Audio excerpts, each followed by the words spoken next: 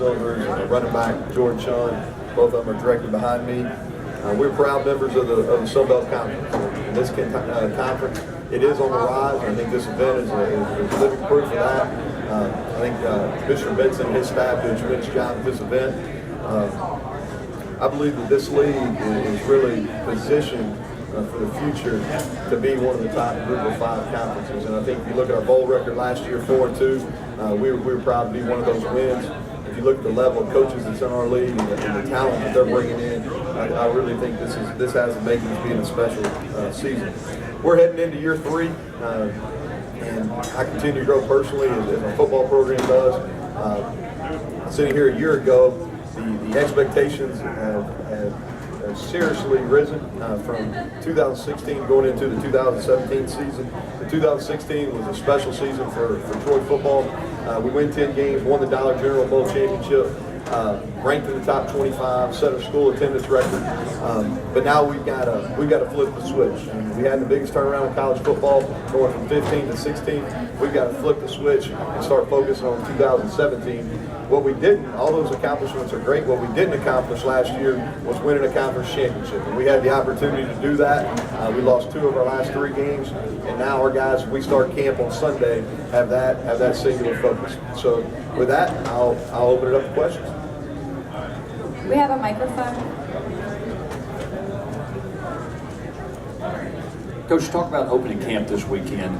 How have y'all taken advantage of the new rules that let people come in early and with doing away with 2 days? And second question, while I have the mic, what if you had to pick out 1 or 2 things that was the difference in 2015 and 2016? Okay. First question is our summer school ends on Wednesday, and then we're going to bring our guys into camp on Sunday. We're actually going to practice on the first day. We're not actually changing a whole lot with the new rules. We only did two a days last year. So obviously with the new rule, we won't do any this during this preseason camp. We've always given our guys a day off. Every Sunday we've given them a day off.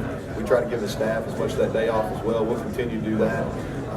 We probably won't use all 29 of our practice opportunities leading into the first game.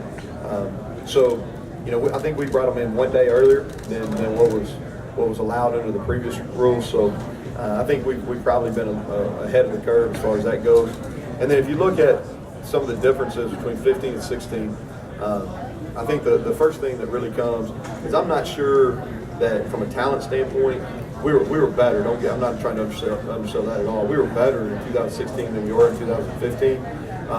But we probably overachieved a little bit. And I think one of the biggest lessons for me as a head coach as we went through that season was the importance of chemistry. Not chemistry as far as the whole team is concerned, but really the connection that was made in those position groups. And I really felt like that was a major reason why we were able to win some close games down the stretch. If you're just talking about on the pure football perspective, the biggest difference is the takeaways we got defensively. We were one of the top teams in the country in turnover margin, and that probably allowed us to make the jump as much as anything. Coach, you talked about increased expectations with your program. How much stock do you put in the preseason poll? Have you ever looked at that, or is that motivation for your kids or not? Yeah, we look at it. I think if somebody says they don't look at it, I would find that false. It's all over social media. We got to be on it for recruiting anyway, so we do. I think it's a compliment to what we accomplished last year. I don't think it necessarily has anything to do with what we're getting ready to start on Sunday. But we want to be. I mean, that's an expectation that we want to have each and every year, that we want to contend for a conference championship. I think that should be the expectation at Troy. And I think there's a couple things. When you have expectations, you can kind of undersell yourself, or you can go and approach them about meeting them head on. And that's the approach that we're going to take. Is, hey, we're picked to finish second in our league. We won 10 games last year. The expectation level has risen in our program, and now we got to go and meet those expectations head on. I think the huge benefit for us is our season opener. We play Boise State right out the gate, and I think that's the preeminent program in the Group of 5. If you look over the course of the last 5 to 10 seasons, those guys have done a tremendous job, and we're fortunate to kick off the season against them at Boise. They'll return the trip in 2018 when they come to us. But that game, that's a huge carrot to dangle during preseason camp. If we can't afford complacency, because if we're not ready to go, if we're not ready to hit on all cylinders, we can get embarrassed in that season opener. Coach Brandon was a kid that wasn't highly recruited coming out of high school. He's really exploded since he's been in your program. Can you talk about what makes him special as a quarterback? Yeah, well, I think as you've seen, he's matured. As he's matured off the field, his in-game decision making has improved. Physically, he has the tools. He's a big guy. You can see him here. He's 6'2 plus, 225 pounds. The thing that probably separates him from a lot of Division I quarterbacks is his release. He gets the ball out extremely fast. We led the country in sacks allowed last year, and our offensive line did a good job. We had a third-round draft pick in Tony Garcia that was our left tackle, but probably the person most responsible for that was Brandon Silvers. I mean, he got the ball out extremely fast. Heading into this year, he's a 4-year starter, and this is a league of really good quarterbacks, and several of them are here. And he was named preseason first-team all-conference. For him to repeat in his first-team all-conference, he's going to have to raise his level of play. I know those other guys will. I know they're well coached. And what he has to do is he's got to play at a consistent level in those big games. And I think he's ready to take that next step.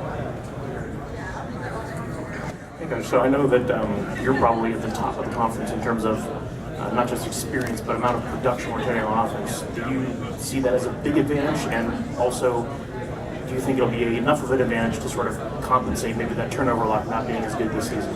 Well, here's what I think. I think talent is more important than experience. But if you have experienced talent, you got a chance to be special. So we've got a lot of experience coming back. Almost all of our every rushing yard is back. I think every reception, with the exception of one guy that had 10 catches, is back. All our passing yards are back. So as far as production, we've got almost all of our offensive production back. And we were close to the top of the league last year. Now, with all that being said, we've got tons of room for improvement. And if you look at it, we've got to be more explosive in the passing game. Our yards per attempt was not good enough. We've got to be able to run the football against really good run defense. We weren't able to do that. We got to be able to finish games. If you look at it, you know, we have an opportunity to win the conference championship at Georgia Southern. We got the ball with 2 minutes to go. All we got to do is score a touchdown and win the game. Win the game, win the conference. We're not able to get it done. So we do have some pieces coming back. I feel like that we will be significantly better. I think this is without a doubt going to be our best offensive football team that we've had in my 3 years here. But we've got some room for improvement to make. And there's some question marks. We got question marks in our interior of our O-line.